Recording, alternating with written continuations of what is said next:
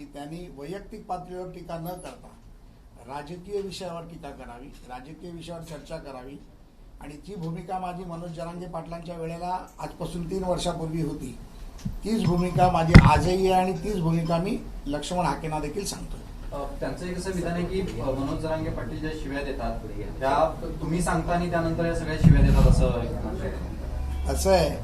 लक्ष्मण हाकेंचा तोच प्रॉब्लेम आहे. मला वाटतं की कदाचित ते प्राध्यापक देखील आहेत, पण प्राध्यापक असून देखील ते अभ्यास करतात की नाही करतात हा देखील प्रश्न आहे. आपण जर इतिहास काढला तर आपल्या अख्ख्या मुंबईतल्या, महाराष्ट्रातल्या, देशातल्या मीडियाला माहिती आहे मनोज जरांगे दादा पाटलांना सर्वात पहिला अंगावर घेणारा जो व्यक्ती कोण होता तो प्रसाद लाड होता. हमरी तुमरीमध्ये बोलणारा जो कोण व्यक्ती होता तो प्रसाद लाड होता.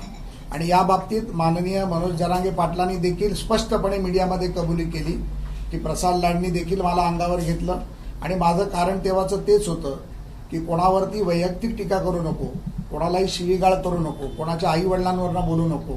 आणि ज्या पद्धतीमध्ये त्यांनी देवेंद्र फडणवीसांच्या विरोधात भाषा वापरली त्या भाषेचा विरोध करण्यासाठी मी जरांगे पाटलांना विरोध केला.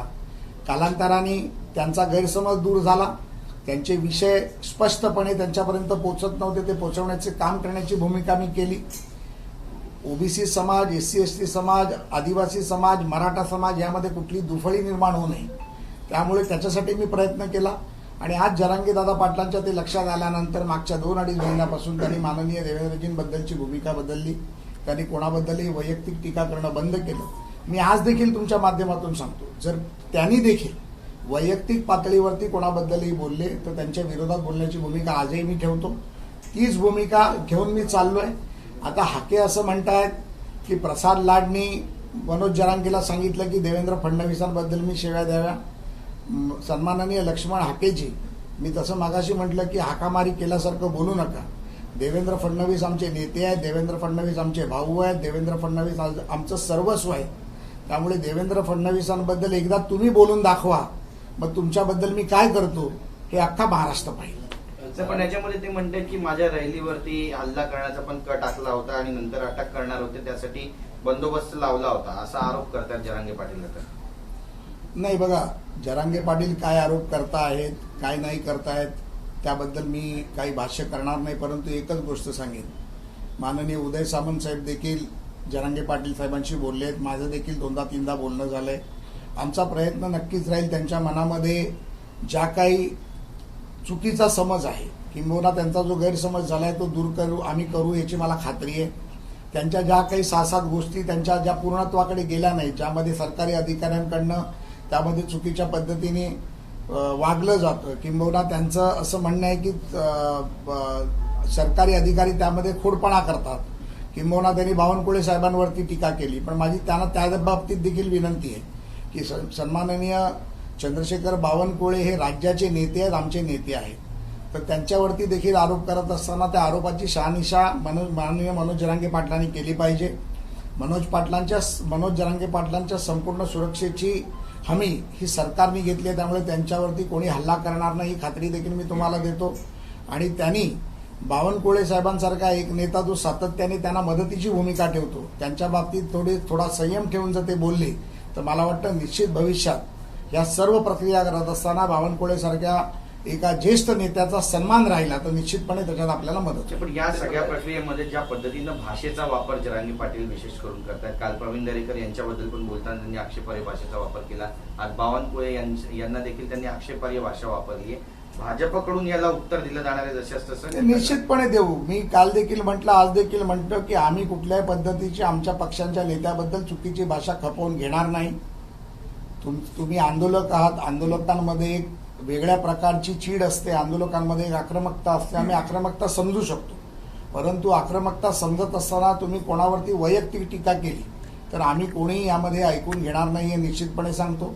आणि त्याच बाबतीत तसंच मी लक्ष्मण हाकेंना देखील सांगतो आणि मला पूर्णपणे खात्री आहे की मनोज जरांगे पाटलांना जे काही कोणी फीडिंग देत आहेत, फीडबॅक देत आहेत ते चुकीच्या पद्धतीत देत आहेत. 4 कुणबी नोंदी ज्या त्यांना मिळाल्या नाहीत त्याबद्दल त्यांची तळमळ होती, त्याबद्दल ते माझ्याशी देखील बोलले होते. पण परंतु हे देखील विसरून चालणार नाही की 2.5 लाख लोकांना आतापर्यंत कुणबी समाज पत्रकं मिळाली आहेत आणि त्याबाबतीत आपल्या मीडियाच्या माध्यमातून ती जाहीर देखील केली आहे.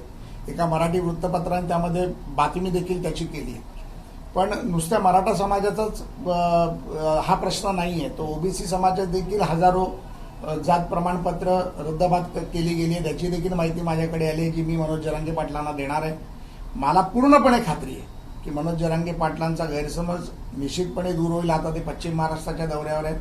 ज्या वेळेला ते बीडमध्ये जातील, जालन्यामध्ये जातील, त्यावेळेला अंतरवाली सराटीला जाऊन मी माझ्याबरोबर माननीय विखे पाटील साहेब, उदय सामंत साहेब आम्ही जाऊ, त्यांची भेट घेऊ आणि त्यांचा गैरसमज दूर करू आणि निश्चितपणे मला वाटतं की आमच्या विनंतीचा ते मान ठेवतील. तुम्ही आता सातत्यानं मनोज जरांगे पाटील यांच्या संपर्कात आहात. आतापर्यंत जरांगे पाटलांची जर आंदोलनं बघितली ते आंदोलनामध्ये त्यांच्या भाषेवरूनच ते अधिक वादात राहिलेले पाहायला मिळाले. त्यामुळे त्या बाबतीत तुम्ही त्यांच्याशी काही बोलणार आहात का? मी ऑलरेडी त्यांच्याशी बोललोय, मी पुन्हा बोलीन. परंतु मी जसं तुम्हाला म्हटलं की आंदोलक जो असतो आणि प्रामाणिक आंदोलक असतो हा नेहमी आक्रमक असतो. त्याला त्याचं ध्येय हेच त्याचं कर्तव्य वाटत असतं. त्यामुळे त्या भाषेतून ते बोलतात आणि ती थोडीशी गावरान भाषा आहे. माझ्याशी बोलताना अनेकदा ते बोलता बोलता काही गोष्टी बोलतात, परंतु त्या काही गोष्टी आपण मनाला लावून घेत नाही. परंतु मला वाटतं की निश्चितपणे मनोजदादांशी मी पुन्हा आज रात्री चर्चा करीन, त्यांच्या या भाषेबद्दल बोलीन. त्यांनी सन्माननीय बावनकुळे साहेबांबद्दल जे बोलले तेही मी त्यांच्याबरोबर पुन्हा एकदा बोलीन. आणि बावनकुळे साहेबांचा अपमान हा निश्चितपणे भारतीय जनता पार्टीचा एक कार्यकर्ता म्हणून, एक नेता म्हणून मी सहन करणार नाही. कारण काल लक्ष्मण हाकेंनी जेव्हा माझ्या बाबतीत अपशब्द वापरले त्यावेळेला सन्माननीय बावनकुळे साहेबांनी त्याला सज्जड भाषेमध्ये जे सांगायचं ते सांगितलंय, उदय सामंत साहेबांनी सांगितलंय आणि खरं तर मीही सांगू शकतो. परंतु मला कुठेही त्याचा त्या शब्दातून उपद्रव निर्माण करायचा नाहीये. गैरसमज असेल तर तो दूर करण्याचा माझा प्रयत्न आहे. प्रसाद लाड एकटे किती लढणार? बावनकुळेंनी पत्र दिले प्रमाणपत्र रद्द करण्यासाठी आणि त्यात एकनाथ शिंदे देखील सामील आहे. नाही बघा, एकनाथ शिंदे साहेबांच्या बाबतीत त्यांनी बोलले तेही मी ऐकलं. त्या बाबतीत त्यांनी संजय क्षीरसाटांवरती आणि बोंबडे साहेबांवरती आरोप केले, ज्यामध्ये कोणतरी त्यांच्या विरोधातल्या कार्यकर्त्याबरोबर बैठका झाल्या, हा त्यांच्या मनामधला राग होता. बावनकुळे साहेबांनी जे पत्र दिलं त्या पत्राच्या बाबतीत मी निश्चितपणे मी त्यांच्याशी एकदा दोनदा नाही तीनदा चारदा बोललेलो आहे. ज्यामध्ये मंत्री ज्या वेळेला एखादा कार्यालयात बसतो तेव्हा कोणी एखादा पदाधिकारी गेला की त्या पदाधिकाऱ्याच्या याच्यावरती रिमार्क करणं ही त्या मंत्र्यांची नैतिक जबाबदारी आहे आणि संविधानिक जबाबदारी आहे. त्यामुळे एखाद्या याच्यावरती चौकशी करून तपासून पाहावं अशा पद्धतीत जर लिहिलं असेल तर त्यांचा उद्दिष्ट खोटा आहे हे बोलणं अतिशय चुकीचं ठरू शकतं. त्यांनी जे पत्र दिलंय त्याच्यामध्ये जसं काल देखील माननीय राज्याच्या मुख्यमंत्र्यांनी, सन्माननीय मुख्यमंत्र्यांनी देवेंद्रजींनी आणि बावनकुळे साहेबांनी, शिंदे साहेबांनी सांगितलं की जात पडताळणी समिती ही संविधानिक पदावरती बसलेली जमिनी क्वाजी ज्युडिशरी अथॉरिटी आहे, त्याच्यामध्ये राजकीय हस्तक्षेप नाही. परंतु भविष्यात जाऊन या बाबतीत देखील माझी राज्याच्या मुख्यमंत्र्यांशी चर्चा झालेली आहे. जात पडताळणी समिती दुसऱ्या कुठल्याही राज्यामध्ये नाही. ही या राज्यामध्ये जेव्हा सुरू झाली त्यावेळेला 1995 साली एक आमची भगिनी सुप्रीम कोर्टामध्ये गेली होती. त्यावेळेला राज्यामध्ये तहसीलदार हे पद क्लास 1 मानलं जात नव्हतं. त्यामुळे सुप्रीम कोर्टाने एक गाईडलाईन दिली आणि त्या गाईडलाईन प्रमाणे इकडे समिती गठीत झाली. परंतु कर्नाटक, मध्य प्रदेश, गुजरात या ठिकाणी जात पडताळणी समिती नाही, कारण तिथे तहसीलदार जो असतो तो तहसीलदाराचा हुद्दा क्लास 1 गॅझेटेड ऑफिसरचा असतो. तसा आता तो महाराष्ट्रात देखील झालाय. तर सुप्रीम कोर्टात त्या बाबतीत आम्ही न्यायविधी खात्याशी चर्चा करून एक ॲफिडेव्हिट करू की समिती रद्दबाद करून जसं मध्य प्रदेश, कर्नाटक, गुजरातमध्ये जसं चालतं तशा पद्धतीत महाराष्ट्रात करता येईल का, जेणेकरून सर्वसामान्य जनतेचे प्रश्न सुटतील आणि सर्वसामान्य जनतेचे जे हाल अपेक्षा होतात ही मागणी नुसती मनोजदादा जरांगे पाटलाची नाही आहे, तर ती ओबीसी समाजाचे नेते तानावडे साहेबांची देखील आहे, अनेक नेत्यांची आहे. ती मागणी जर आम्ही रद्द करू शकलो जात समितीची तर त्यामध्ये निश्चित अभ्यास करून मुख्यमंत्र्यांची चर्चा करून आम्ही त्यातनं मार्ग ओबीसी नेते नवनाथ वाघमारे म्हणतात प्रसाद लाड यांचा मोठा लाडू जरांगेंना मिळालेला आहे म्हणून ते एकनाथ शिंदेवर गर्व होत आहे. असं होतं की नवनाथजींना पण मी लाडू देऊ शकतो, ते माझे मित्र आहेत. कदाचित त्यांचा गैरसमज असेल. बघा, एखादी व्यक्ती जर एखादं कोणाचं ऐकत असेल तर मला वाटतं की त्याचा आपण सन्मान केला पाहिजे. मनोज जरांगे पाटील माझ्याबद्दल टीव्हीवरती फार चांगलं बोलतायत, मी त्यांचं मनपूर्वक आभारी आहे. परंतु हे करत असताना मागच्या 2.5 महिन्यात मी त्यांच्यासाठी किंवा किंबहुना त्यांच्यासाठी म्हणण्यापेक्षा समाजासाठी जे काय करतोय हे ते त्यांच्या डोळ्यांनी पाहत आहे, त्यांची लोक पाहत आहे. कधी नव्हे ते GR निघाले, कधी नव्हे ते SOPs निघाले, कधी नव्हे त्या मराठा आरक्षण उपसमितीच्या बैठका दर आठवड्याला चालू झाल्या. कलेक्टरांना, डिव्हिजनल कमिशनरला त्या बैठकांमध्ये आम्ही बोलवायला लागलो. त्याच्यातून मार्ग निघायला लागला. आजही त्यांच्या मनामध्ये काही गोष्टी पूर्णत्व न झाल्याचं दुःख आहे, परंतु मी निश्चितपणे तुम्हाला खात्री देतो की ते काम होईल. आणि जो व्यक्ती काम करतो किंवा काम करायचा जो प्रयत्न करतो, माननीय मुख्यमंत्री त्याच्यासाठी मला मदत करतात हे त्यांना माहिती आहे, विखे पाटील मदत करतात हे त्यांना माहिती आहे, एकनाथ शिंदे साहेब मदत करतात हे त्यांना माहिती आहे. म्हणून त्यांना आजही खात्री आहे की प्रसाद लाडच्या माध्यमातून हा विषय सुटू शकतो. ते शिंद्यांवर टीका करतायत. ते म्हणतायत की पहिल्याचे शिंदे आताचे शिंदे राहिलेले नाहीत आणि एकनाथ शिंदेपेक्षा उद्धव ठाकरे बरे अशी म्हणण्याची वेळ येऊ देऊ नका. नाही, मला असं वाटतं की एकनाथ शिंदे साहेबांनी मराठा आरक्षण आणि मराठा आरक्षणमध्ये जी भूमिका केली ते मुख्यमंत्री असताना मनोजदादांसाठी पण त्यांनी जे काही सहकार्य केलं ते निश्चितच स्वागतार्थ आहे. त्यांचा जो गैरसमज होता तो संजय शिरसाट आणि भुमरेंच्या बाबतीतला होता. मला वाटतं की उदय सामंत साहेबांनी तो त्यांचा गैरसमज दूर करायचा प्रयत्न केलाय. मी उदय सामंत साहेबांशी देखील आज सकाळी बोललो. ते म्हणाले की निश्चितपणे मी जाऊन त्यांचा तोही गैरसमज दूर करीन. त्यामुळे मला वाटतं की जे काही गैरसमज आहे ते निश्चित दूर होतील आणि मनोजदादा जरांगे पाटलाचे मराठा समाजाबद्दलच्या ज्या मागण्या आहेत त्या आम्ही पूर्णत्वाकडे नेण्याचा पूर्णपणे 100% प्रयत्न करू, एवढं मी तुम्हाला आश्वासित करतो. पण ओबीसी नेते त्या ठिकाणी ज्या भाषेचा वापर करतायत, यानंतर मनोजदादा जरांगे पण ज्या भाषेचा वापर करतायत, सरकारला आणि विशेष करून मुख्यमंत्री देवेंद्र फडणवीस यांना घेरण्याचा हा सगळा प्रयत्न आहे का? आणि या क्रोनॉलॉजीकडे नेमकं भाजप कशा पद्धतीनं पाहत? माननीय देवेंद्र फडणवीसांकडे आमच्यासारखे जोपर्यंत सेनापती आहेत तोपर्यंत देवेंद्र फडणवीसांचं चक्रव्यूह कोणी भेदू शकत नाही, हे तुम्हाला मी निश्चितपणे सांगतो. देवेंद्र फडणवीस हे आमचे राज्याचे नेते आहेत. देवेंद्र फडणवीस हे आमच्यासाठी श्रीकृष्णाच्या भूमिकेत आहेत. त्यामुळे निश्चितपणे त्यांना त्या चक्रव्यूहापर्यंत कोणाला आम्ही येऊ देणार नाही ही खात्री मला 100% आहे आणि माझ्या स्वतःच्या बाबतीत तर निश्चितपणे. नीटच्या आंदोलनानंतर आता E20चा मुद्दा देखील उचलताना काँग्रेस पाहायला मिळते. राहुल गांधी म्हणतायत की हा खूप मोठा मुद्दा आहे आणि पूर्ण डाळमध्ये काढला नाही तर पूर्ण डाळ काढली आहे आणि यामध्ये करप्शनचा त्यांनी आरोप केलेला आहे. यामुळे गाड्यांचं मोठ्या प्रमाणात. मला असं वाटतं की सर्वमाननीय विरोधी पक्ष नेते राहुल गांधीजी यांना एक राजकीय लिगसी आहे. त्यांचे आजोबा, त्यांचे आजी, त्यांचे खापर पंजोबा, त्यांचे वडील सर्व या देशाचे पंतप्रधान राहिले आहेत. ते देखील आज या देशाच्या उच्च पदावर बसले आणि मला वाटतं ते देशात कमी आणि परदेशातच जास्त असतात. तर मला त्यांना उलटा प्रश्न तुमच्या माध्यमातून विचारायचा आहे की लंडनमध्ये, युरोपमध्ये, अमेरिकेमध्ये, तैवानमध्ये, थायलंडमध्ये या ठिकाणी देखील ई पेट्रोलचा म्हणजे जो इथेनॉल पेट्रोलचं मिश्रण प्रमाण आहे हे भारतापेक्षा जास्त आहे आणि निश्चितपणे भारतापेक्षा पेट्रोलचा भाव देखील युरोपमध्ये डबल नाही ट्रिपल आहे. आत्ताच मध्यंतरीच्या काळात मी माझ्या एका व्यावसायिक कामानिमित्त देशाबाहेर गेलो होतो तेव्हा मी तिकडे पाहिलं तर त्या देशामध्ये पेट्रोलचा भाव 267 रुपये लिटर आहे भारतीय रुपयात जर आपण त्या चलनात जर विचार केला आणि त्याच्यामध्ये जवळजवळ 40 ते 42% इथेनॉलचा वापर केला जातो. राहुल गांधींना हे माहीत नसेल तर मी स्वतः जिम्मेदारी घेतो. राहुलजींनी पाहिलेला युरोप वेगळ्या पद्धतीतला आहे, व्यावसायिक पद्धतीतला युरोप मी राहुलजींना दाखवतो. पेट्रोलचा भाव काय, इथेनॉल किती पडतं, काय करतं त्याचा खर्च देखील मी राहुलजींचा करायला तयार आहे आणि मी त्यांना घेऊन जाऊन हा त्यांचा गैरसमज दूर करतो. अधिवेशन लागलं की अधिवेशन काळात टार्गेट करून मंत्र्यांना, सरकारला बदनाम करण्याचं काम राहुलजींनी आणि त्यांच्या काँग्रेसने करू नये.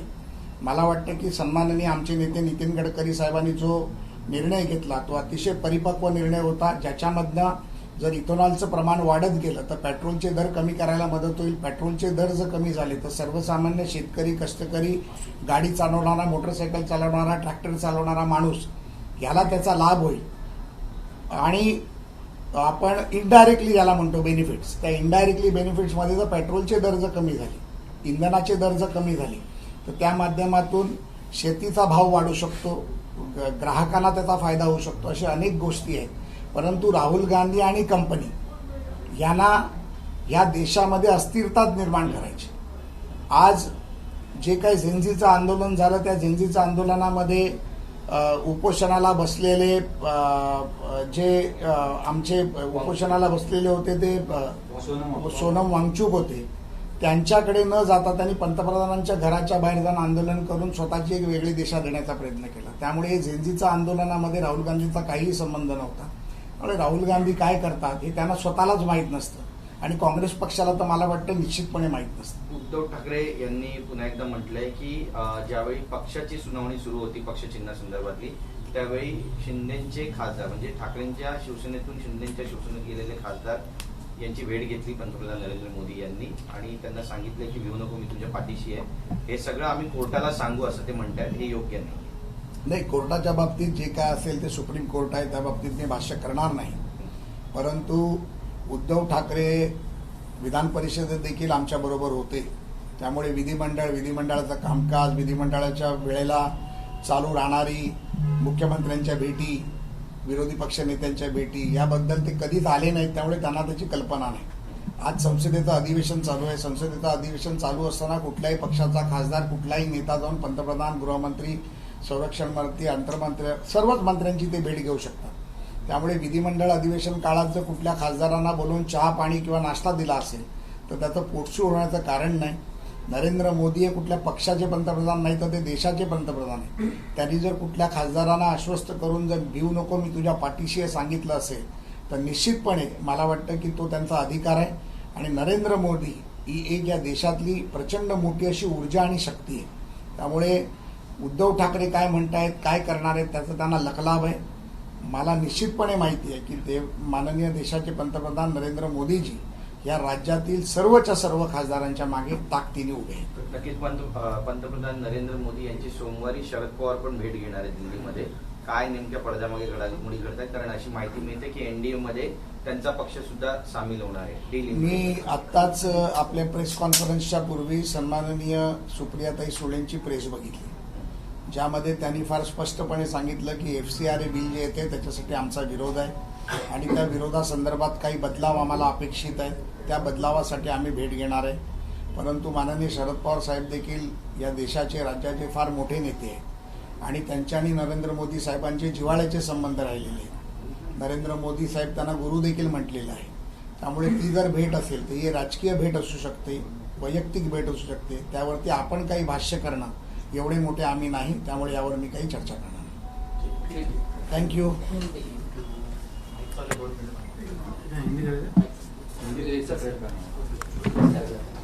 इथेच करतोय.